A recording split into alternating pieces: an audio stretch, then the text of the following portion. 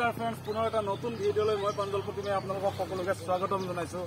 একেৰাহে 3 ঘণ্টা বৰষুণ পৰাৰ পিছত এতিয়া বৰ্তমান হাবাইপুৰ অঞ্চলৰ পৰিৱেশ চাওক।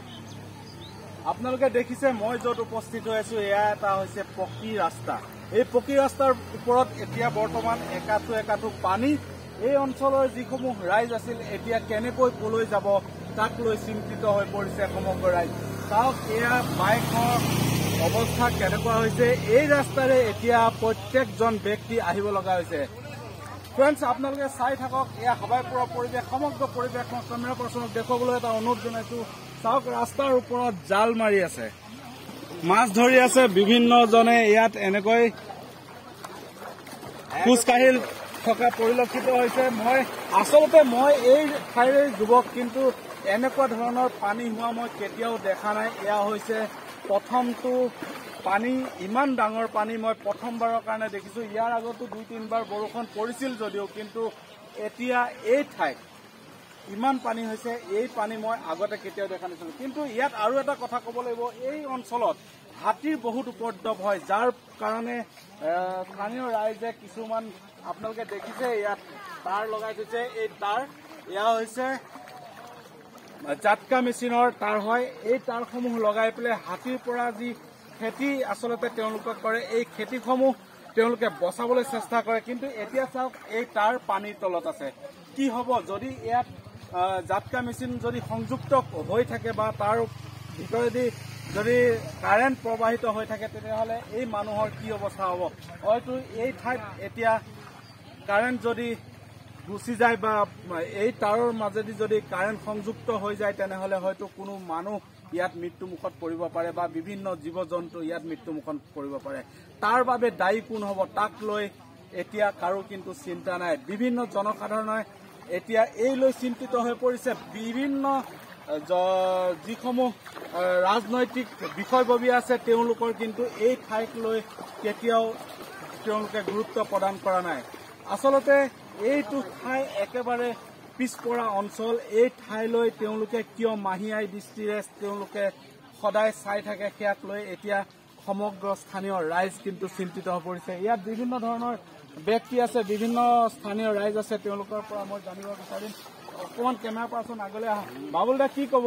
আচলতে এতিয়া আপোনালোকে যে ইয়াত পানী মাছ মাৰি আছে, ইয়াক কিমান সময়ত আচলতে হৈছে আৰু আপোনালোকে ক'ত এতিয়া মাছ মাৰি আছে? দিনৰ 10টা বজাৰ পৰা হয়, পানী বাঢ়িছে। এতিয়া 2টাত বাঢ়িছে, পানী বাঢ়ি আছে, পানী কমা নাই। কিন্তু কি ক'ব আৰু, ৰাইজৰ গতি নাইকিয়া হৈছে।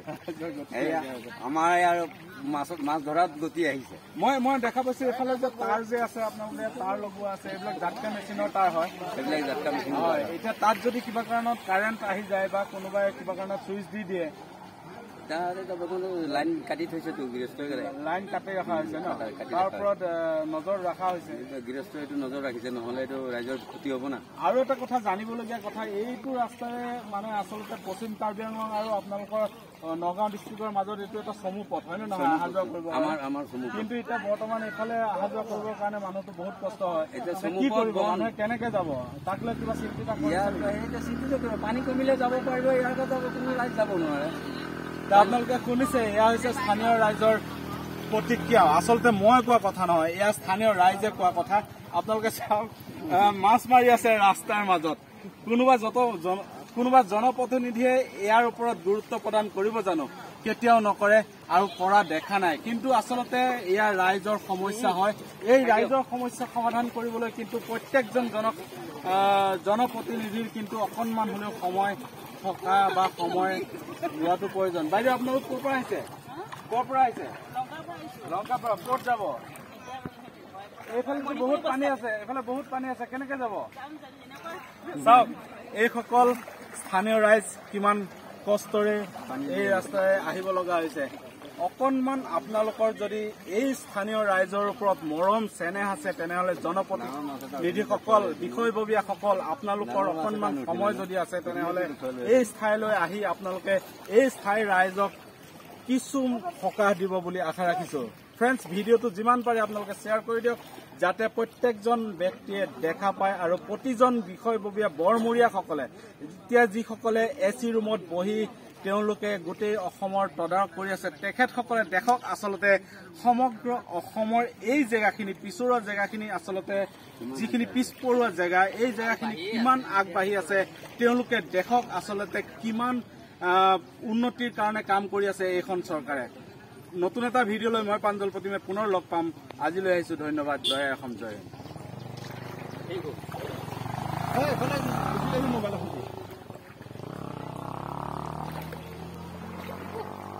আহি গ'ল মাছ আহি গ'ল।